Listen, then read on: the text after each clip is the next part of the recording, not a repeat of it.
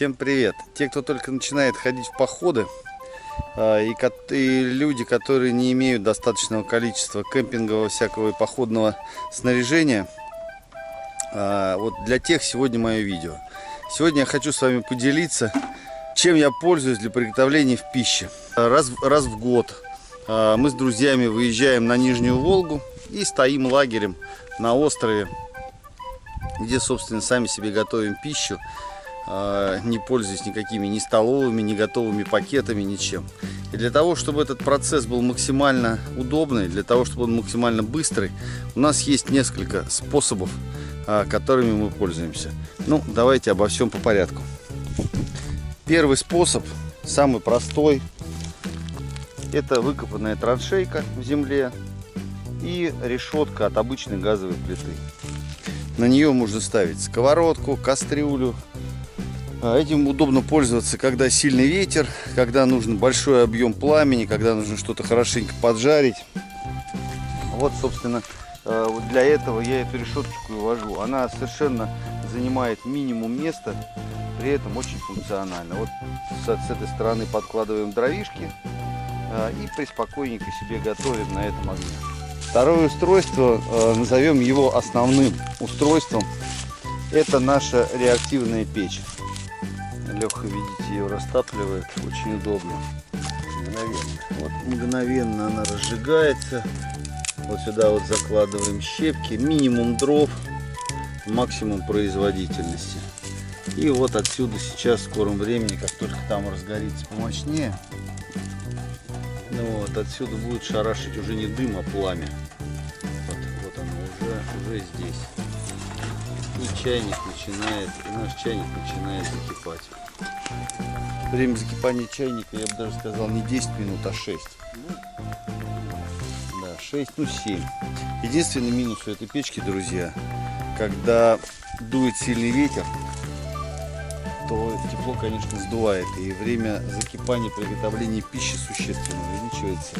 Но вот для маленькой компании, вот для такой вот небольшой посуды, вот как у нас 1,5-литровый чайник, это вообще идеальная вещь. Вы ее можете сделать самостоятельно.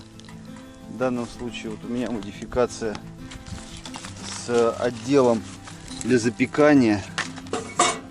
Сейчас я вам покажу. Вот видите, вот там решеточки лежат. Сюда можно положить картошку, и она совершенно спокойно запечется. Вообще это очень просто. Это топка и труба.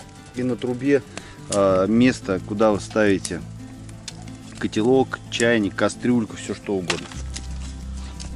Топится простыми ветками, очень просто. Так что мастерите такие, либо покупайте, рекомендую, друзья. В интернете вы найдете массу производителей.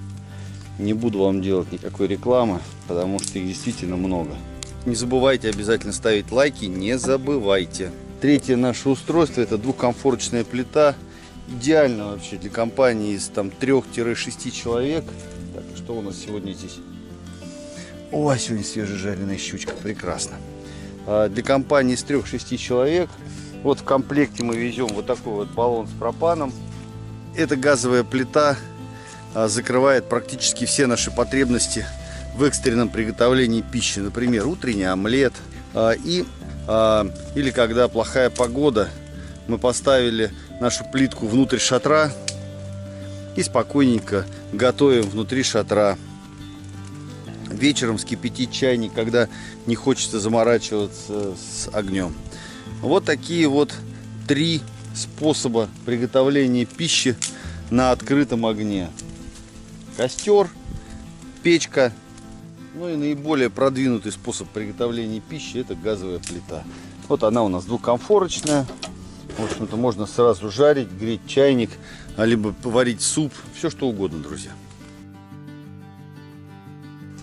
Друзья, кто ходит в походы в кемпинговые, тот знает проблему, с которой можно столкнуться, это качество тушенки, которую вы покупаете. Мы с такой проблемой тоже периодически сталкиваемся. И в начале нашего пребывания на острове, когда я делал первый фильм, я упомянул, что мы купили тушенку. Но какая по качеству, я вам скажу в конце нашего отдыха. Ну вот наш отдых подходит к концу, завтра мы собираемся. Вот эта тушенка, говядина тушеная. И так получилось, что мы случайно купили свинину тушеную. То есть и говядину, и свинину. И каково было наше удивление, что в говядине находится кусок говядины, в свинине находится кусок свинины, ни жира, ничего. Поэтому я очень доволен нашим выбором. Мы это купили в ленте, сделано в Беларуси. Growth Food, 97,5% мяса. Это действительно так. Поэтому, когда будете собираться в поход, смело берите этот продукт, он вас не подведет. По крайней мере, нас он не подвел. Я с превеликим удовольствием отправляю эту тушеночку в наше харчо, который мы сегодня готовим. И от этой тушеночки наш супчик станет только вкуснее и ароматнее. Ваши лайки мне очень нужны. Ну и подписывайтесь на канал, нажимайте на колокольчик, задавайте вопросы, комментируйте это видео. Буду рад снова встретиться с вами на волнах своего канала. Пока, друзья!